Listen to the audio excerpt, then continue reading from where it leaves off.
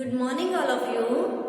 Welcome to class BA B.Ed first year students. देखिए, हम लोग 16 संस्कारों के बारे में पढ़ रहे थे। ठीक है कि मानव जीवन को विकास में बनाने के लिए या मानव जीवन को सुचारू रूप से चलाने के लिए हमारी संस्कृति में 16 संस्कारों का विधान है। इन संस्कारों को करने से व्यक्ति किसी भी कार्य को करने के योग्य हो जाता है। ठीक है, तो कल की क्लास में हम लोगों ने संस्कार का जो अर्थ है उसके अर्थ को समझा, ये संस्कार क्यों किए जाते थे उसके बारे में जाना, और हमने कुछ एक संस्कारों पर कल की क्लास में चर्चा भी की थी। गर्भाधारण संस्कार है जो पहला संस्कार है, पुष्पन संस्कार है, ठीक है, समितोन्नयन संस्कार है। ठीक है, तो हम लोगों ने कुछ संस्कारों के बारे में कल की क्लास में चर्चा की थी। कल की क्लास में हमने 5 संस्कार पढ़े थे। नामकरण संस्कार तक हमने पढ़ा था। तो आज हम छठे संस्कार के बारे में जानेंगे। जो अगला छठा संस्कार था वो था निष्क्रमण संस्कार। देखिए, निष्क्रमण का अर्थ होता है बाहर निकालना। ठीक है, तो ये जो संस्कार है कई जगह तो जन्म के 1 माह पश्चात किया जाता है और कुछ जगहों पर ये जन्म के 4 महीने पश्चात ये संस्कार संपन्न किया जाता है। देखिए, ये कहा जाता है इस संस्कार का, जैसे कि मैंने आपको अर्थ बताया कि बाहर निकालना, कहा गया है कि हमारा जो शरीर है वो 5 तत्वों से बना है। आकाश, अग्नि, वायु, पृथ्वी, जल, इन 5 तत्वों से मिलकर बना है, जिसे क्या कहा जाता है, पंचभूत कहा जाता है। ठीक है, तो क्या कहा गया है कि जो पिता है इन 5 देवताओं से अपने बच्चे के कल्याण की प्रार्थना करता है, और इस संस्कार में मुख्यतः बच्चे को घर से बाहर निकालकर पहली बार सूर्य और चंद्रमा के दर्शन करवाए जाते हैं। ठीक है, तो ये है निष्क्रमण संस्कार। अब है अगला संस्कार, अन्नप्राशन संस्कार। देखिए, जैसे कि नाम से स्पष्ट हो रहा है अन्नप्राशन संस्कार, तो ये जो संस्कार है जब बच्चे के अन्न खिलाए जाते हैं बच्चे को पहली बार, ये जब बच्चे के दांत निकल जाते हैं, बच्चा 6 महीने का हो जाता है, उस समय उसे पहली बार अन्न खिलाया जाता है। ठीक है, और यह संस्कार जैसे कि पता है कि जन्म के 6ठे महीने में आरंभ होता है।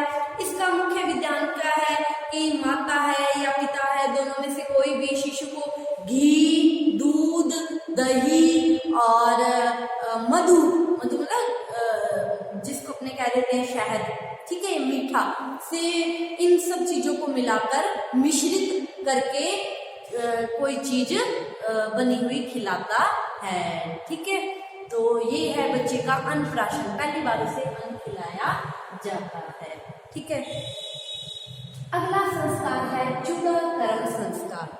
देखिए, चूड़ाकरण संस्कार से तात्पर्य है जब बालक के सिर का पहली बार मुंडन करवाया जाता है, जब उसके पहली बार जब बाल उतारे जाते हैं सिर के, उसे चूड़ाकरण संस्कार भी कहा जाता है। देखिए, बाकी बालों का मुंडन कर दिया जाता है, उसकी चोटी रख दी जाती है, इसीलिए इसे चूड़ाकरण संस्कार भी कहा जाता है।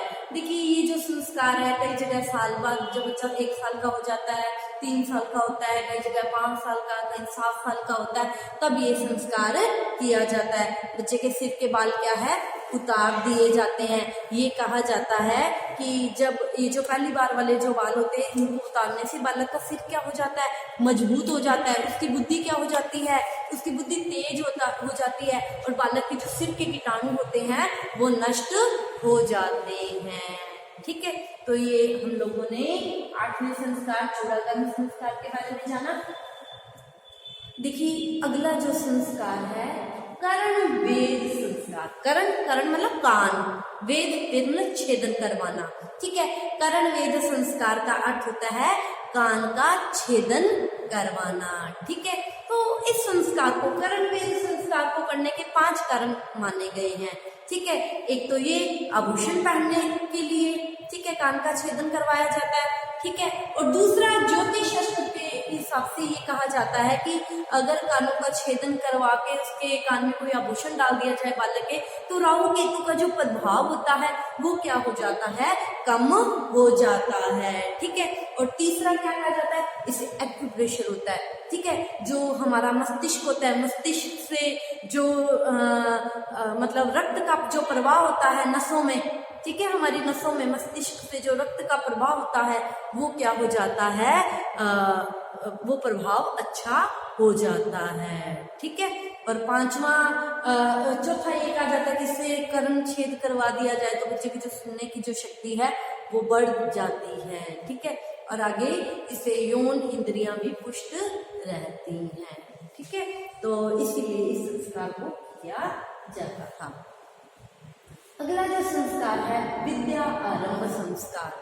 देखिए जैसे कि नाम से स्पष्ट हो रहा है विद्या आरंभ संस्कार। ठीक है, तो विद्या आरंभ मतलब विद्या को शुरू करना। ठीक है, ये संस्कार देखिए विद्या आरंभ संस्कार, ये जब बच्चा 5 साल की उम्र का हो जाता था तब उसका विद्या आरंभ संस्कार किया जाता था। लकड़ी से जो बनी हुई पट्टिका होती थी उससे बालक को लिखकर अक्षर ज्ञान करवाया जाता था। ठीक है, अगला जो संस्कार है उपनयन संस्कार। उप मतलब समीप, पास, नयन मतलब ले जाना। जब बालक को गुरु के पास शिक्षा प्राप्त करने के लिए ले जाया जाता था तो उसको उपनयन संस्कार कहा जाता था।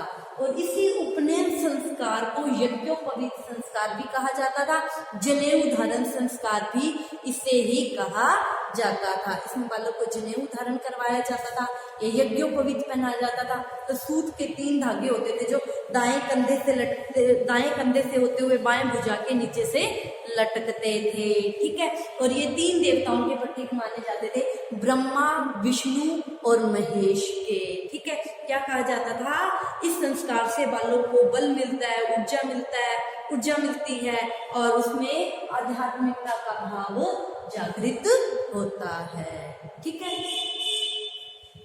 अब देखिए अगला संस्कार था 12वां संस्कार वेदारंभ संस्कार, वेदों को आरंभ करना। देखिए पहले संस्कार नहीं होता था, क्यों? क्योंकि पहले भाषा ही संस्कृत थी। ठीक है, जब धीरे धीरे संस्कृत भाषा कम हो गई तो अब बालक जब 1 साल तक ज्ञान प्राप्त कर लेता था गुरु के पास, फिर 2 साल बाद गुरु क्या करता था, संस्कृत भाषा की शिक्षा देता था 1 साल तक। उसके बाद बालक वेदों को पढ़ने के योग्य हो जाता था। ठीक है, इसलिए इसे वेदा आरंभ संस्कार कहा गया है।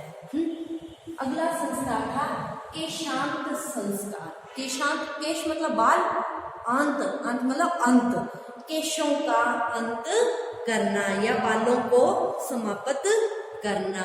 ठीक है, तो इस संस्कार में भी क्या हो जाता था, बालक के शरीर का मुंडन किया जाता था ताकि उसका जो मस्तिष्क है वो सही दिशा में काम करे।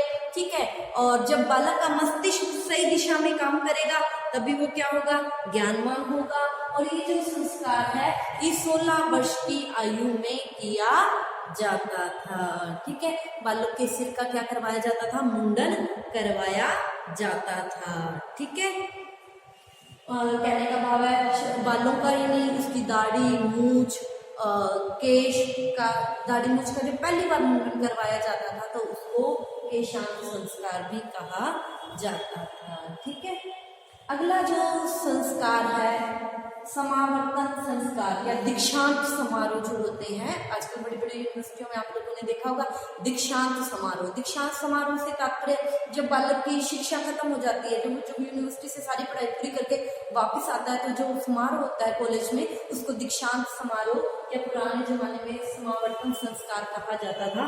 कहने का भाव ये है कि जब बालक गुरु के आश्रम से शिक्षा प्राप्त करके लौटता था तो उसका समावर्तन संस्कार होता था। ठीक है, अगला संस्कार विवाह संस्कार। ये एक बहुत ही महत्वपूर्ण संस्कार माना गया है। ठीक है, जब बालक शिक्षा प्राप्त करके घर आ जाता था तो उसको गृहस्थ आश्रम में प्रवेश करवाया कैसे जाता था, उसको उसका विवाह करके, ठीक है। इसमें युवा स्नातक का गुण संपन्न कन्या के साथ माता पिता की रजामंदी के साथ विवाह संपन्न होता था और पति और पत्नी एक दूसरे के प्रति अनन्य प्रेम की कामना करते थे और मतलब जो धर्म है उसको निभाते थे।